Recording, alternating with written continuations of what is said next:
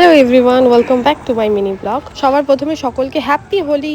এবছর হোলিতে তেমন একটা আমাদের রং খেলা হয়নি। আমরা ঘরেই এই ফ্যামিলি মেম্বাররা মিলে সবাই মিলে একটুখানি আবির নিয়ে খেলে নিলাম।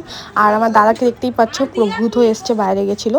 আর এই যে আমাদের ফুডলু, ওর শরীরটা ভালো নেই এবছর, তাই জন্য ও একটু রং খেলেনি, ঘর থেকেই বেরোয়নি সারাদিন।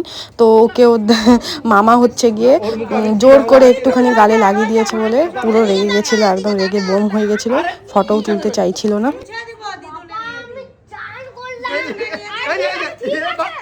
মুছে দেবে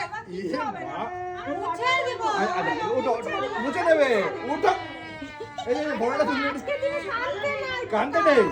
এই যে খুব রেগে গেছিলো, মানে সবাই মিলে বুঝানো হচ্ছে, তাও বুঝতেই চাইছিল না, ফটোও তুলবে না। তারপর যাই হোক মানিয়ে গুছিয়ে একটু ফটো তোলা, ওর মুখের অবস্থা দেখো। তারপরে আমরা বেরিয়ে গেছিলাম রাস্তায়, আর পাশের বাড়িতে দেখছি অনেকগুলো কুচে কাঁচা মিলে রং খেলছিল, ওদের সাথে চলে গেলাম একটুখানি রং খেলতে। তার সাথে সাথে বড়রাও ছিল, সবাই মিলে সবাইকে প্রণাম টনাম করে মিষ্টি ফিষ্টি খেয়ে আমরা চলে এসেছিলাম আমার একটা বান্ধবীর বাড়িতে।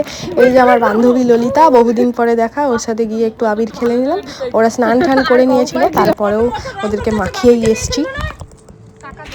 তারপর আমি, আমার কাকি আর আমার বোন মিলে একটু পাড়া চড়তে বেরিয়ে গেছিলাম স্কুটি নিয়ে। আর হোলির দিনে স্কুটি নিয়ে ঘোরার মজাই আলাদা। আর রাস্তায় রাস্তায় এরকম দাঁড়াচ্ছিলাম, যার সাথে দেখা হচ্ছিলো চেনা পরিচিত, তাদের সাথে খেলছিলাম। দেন তারপরে ছোট ছোট বাচ্চারা সব পিচকারি নিয়ে হাতে দাঁড়িয়েছিল, আমরা পাস হচ্ছিলাম, আমরা পিচকারি মারছিল। এটা ওদের একটা বিশাল আনন্দ, বড় হলে এই আনন্দটা আর পাওয়া যায় না। ওই যে দেখো সবাই ওয়েট করছে। তো চলো, তোমাদের সবাইকে হ্যাপি হোলি, ভালো থেকো, সুস্থ থেকো। আজকের মতো এই পর্যন্তই, দেখা হচ্ছে নেক্সট ব্লগে, টাটা।